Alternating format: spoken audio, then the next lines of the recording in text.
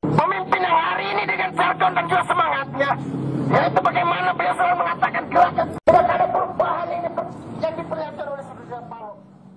Atribut partai yang dibakar berupa spanduk, bendera, dan poster bergambar pimpinan Partai Surya Paloh. Masa yang menamakan diri Barisan Rakyat Korban Restorasi, Barakode, ini meminta agar DPP Nasdem tidak semena-mena dalam membangun partai.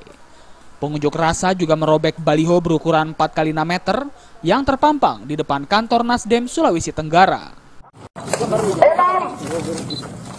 Tindakan berbau anarkis itu dilakukan sebagai bentuk protes terhadap pemecatan seluruh pengurus DPD Nasdem Kabupaten Buton oleh Ketua DPP Nasdem Surya Paloh dan Sekretarisnya, Patris Rio Capella.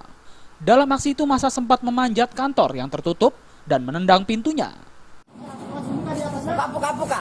Menurut salah satu anggota Dewan Pembina Partai Nasdem Kabupaten Buton, seluruh pengurus Partai Nasdem Buton merasa kaget diberhentikan mendadak oleh Ketua DPP Nasdem Surya Paloh tanpa tahu kesalahan yang telah mereka lakukan. Ironisnya, pihak DPP Partai Nasdem lalu mengangkat 3 orang pengurus baru untuk menggantikan 85 pengurus Partai Nasdem di Kabupaten Buton. Kami itu tidak tahu menau terjadi proses pergantian pemecatan. Nah, yang perlu kami tanyakan, saya salah satu sebagai anggota yang tertera dalam SK 024 Nasdem 2013. Nama kami kan ada tertera di sini. Kok tanpa ada kesalahan apa kami tidak tahu. Kalau langsung ada pergantian.